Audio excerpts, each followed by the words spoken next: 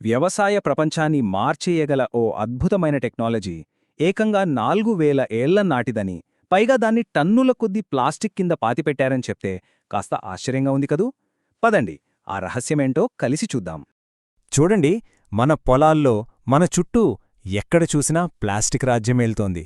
నిజమే, కాని వేల సంవత్సరాలుగా మన కళ్లముందే ఉన్న ఒక సింపుల్, అద్భుతమైన పరిష్కారాన్ని మనం పూర్తిగా మర్చిపోయామంటే నమ్మగలమా? సరే, ముందుగా ఈ ప్లాస్టిక్ సామ్రాజ్యం పునాదులేంటో ఒకసారి చూద్దాం. అసలిది ఎంత పెద్దది? దీని వెనకున్న కథేంటి? $7.67 బిలియన్. ఇది కేవలం plastic drip irrigation industry market విలువనమాట.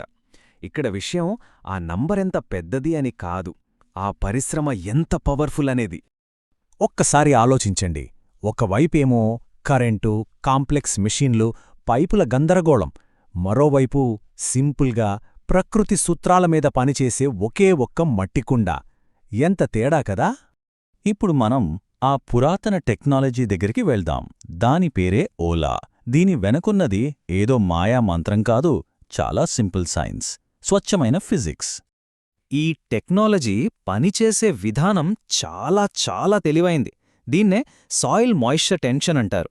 సింపుల్గా చెప్పాలంటే, చుట్టూ ఉన్న మట్టి ఎప్పుడు పొడిగా అవుతుందో అప్పుడు మాత్రమే ఈ మట్టి కుండ నీటిని బయటికి వదులుతుంది. అంతే, కరెంట్ అక్కర్లేదు, బటన్లు నొక్కక్కర్లేదు, పూర్తిగా ఆటోమేటిక్.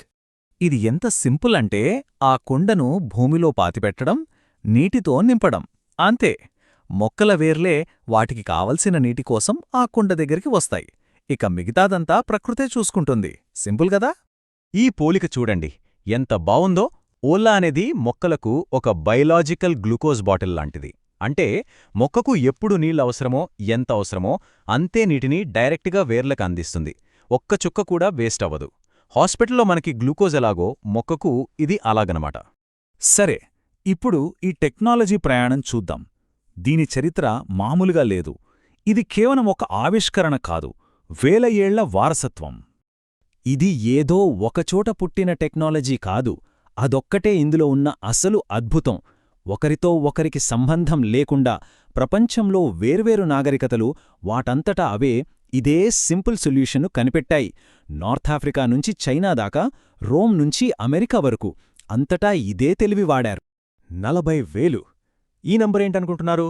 కనీసం నీళ్లు కూడా దొరకని అరిజోనా ఎడారిలో హోహోఖామ్ అనే జాతి ప్రజలు కేవలం ఈ ఒక్క టెక్నాలజీని వాడి పోషించగలిగిన జనాభా ఇది. వాళ్ళకి అదే జీవనాధారం. ఆహోహో, కామ్ ప్రజలు ఊరికే బతకలేదు, ఒక గొప్ప నాగరికతనే నిర్మించారు. వాళ్ళు భారీ కాలువలు తవ్వారు.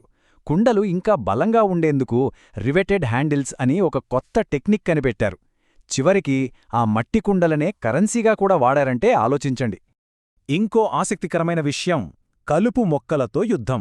ఒక స్టడీ ఏం తేల్చిందంటే, మామూలు పద్ధతిలో నీళ్లు పెడితే దాదాపు 465 కిలోల కలుపు మొక్కలు పెరిగాయట. అదే ఓలా పద్ధతిలో కేవలం 62 కిలోలు. అంటే రైతులకు దాదాపు 30% పని తగ్గింది. ఇక్కడే అసలు ట్విస్ట్. ఇంత గొప్ప టెక్నాలజీ 20వ శతాబ్దంలో సడన్గా ఎందుకు మాయమైపోయింది? దాని వెనుకున్న రహస్యమేంటి? అవును, ఇదే అసలైన ప్రశ్న. ఇంత సింపుల్, ఇంత ఎఫెక్టివ్ సిస్టమ్ని మనం ఎందుకు వదిలేశాం? దీనికి సమాధానం తెలిస్తే నిజంగా ఆశ్చర్యపోతారు. అసలు కారణం డబ్బు. సింపుల్గా చెప్పాలంటే, ఓలా అనేది ఒకసారి కొంటే చాలు, కొన్ని దశాబ్దాల పాటు పనిచేస్తుంది. కాని ప్లాస్టిక్ అలా కాదు. ప్రతి ఏటా కొత్త పైపులు కొనాలి. అంటే కంపెనీలకి కంటిన్యూస్గా డబ్బు వస్తూనే ఉంటుంది. ఈ టేబుల్ చూస్తే అసలు కథ మొత్తం అర్థమైపోతుంది. ఒకవైపు కొన్ని దశాబ్దాలు, ఒక్కోసారి శతాబ్దాలు కూడా ఉండే మట్టి కుండలు, మరోవైపు 2 ఏళ్లకో 3 ఏళ్లకో పాడైపోయి చెత్తకుప్పకు చేరే ప్లాస్టిక్. తేడా చాలా క్లియర్గా ఉంది కదూ. ఇది కేవలం బిజినెస్ మోడల్ దగ్గరే ఆగలేదు. ప్రభుత్వాలేమో ప్లాస్టిక్ సిస్టమ్స్కి సబ్సిడీలిచ్చారు. యూనివర్సిటీ టెక్స్ట్ బుక్స్లోంచి ఈ పురాతన పద్ధతి గురించి ఉన్న సమాచారాన్ని తీసేశారు. అంటే కావాలనే ఈ టెక్నాలజీని చరిత్రలోంచి మాయం చేశారన్నమాట. ప్లాస్టిక్ని ఎంచుకోవడం వల్ల వచ్చిన నష్టాన్ని మనమిప్పుడు చూస్తున్నాం. ప్లాస్టికేమో భూమిలో మైక్రోప్లాస్టిక్స్ని వదిలేసి విషంగా మారుతోంది.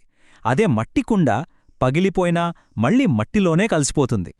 అయితే కథ ఇక్కడితో ఏపోలేదు. ఇప్పుడు చాలామంది ఇన్నోవేటర్లు ఈ పాత సూత్రాన్నే తీసుకుని దానికి ఇప్పటి టెక్నాలజీని జోడించి మళ్లీ కొత్త జీవితం ఇస్తున్నారు. ఉదాహరణకి థర్స్టీ ఎర్త్స్ లాంటి మోడర్న్ సిస్టమ్స్ చూడండి. ఇవి మామూలు డ్రిప్ ఇరిగేషన్ కన్నా ఏకంగా 61% తక్కువ నీటిని వాడుతున్నాయి. ఇది చాలా చాలా పెద్ద విషయం. అంటే భవిష్యత్తు చాలా ఆశాజనకంగా కనిపిస్తోంది. పాతకాలపు తెలివి, కొత్త టెక్నాలజీ, ఈ రెండింటిలో ఉన్న బెస్ట్ క్వాలిటీస్ని కలిపి సెట్ అండ్ ఫర్గెట్ లాంటి అద్భుతమైన సిస్టమ్స్ని తయారు చేస్తున్నారు. సో ఈ మొత్తం విశ్లేషణలో మనం అర్థం చేసుకోవాల్సింది ఒకటే: ఓలా టెక్నాలజీ ఫెయిల్ అయినందుకు మాయం కాలేదు. అది మరీ ఎక్కువ కాలం మరీ బాగా పని చేసినందుకే మాయమైంది. దాని సక్సెసే దానికి శాపమైంది.